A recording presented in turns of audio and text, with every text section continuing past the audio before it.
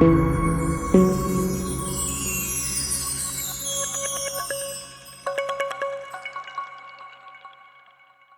me suis délecté de cette interview. Je l'ai toujours dit ici et je le maintiens.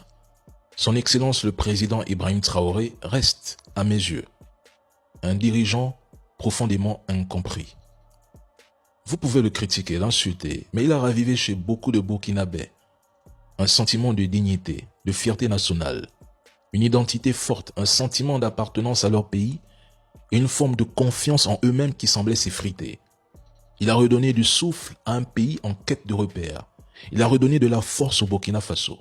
Et à nous, Africains, pour les plus conscients, pas pour les trolls, Ibrahim Traoré et plus largement l'AES ont redonné à beaucoup l'envie d'y croire à nouveau.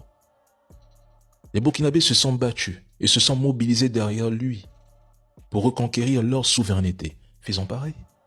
Personne ne viendra se battre pour les Burkinabés. Et c'est valable pour les Maliens ou les Nigériens. C'est un message que beaucoup d'Africains devraient intégrer dans leur logiciel de pensée.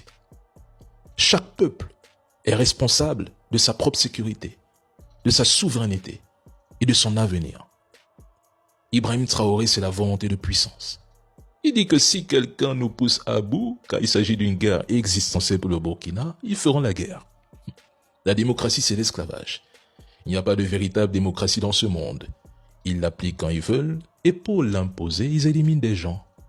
Et il ajoute que le travail et la révolution sont la seule voie pour se développer.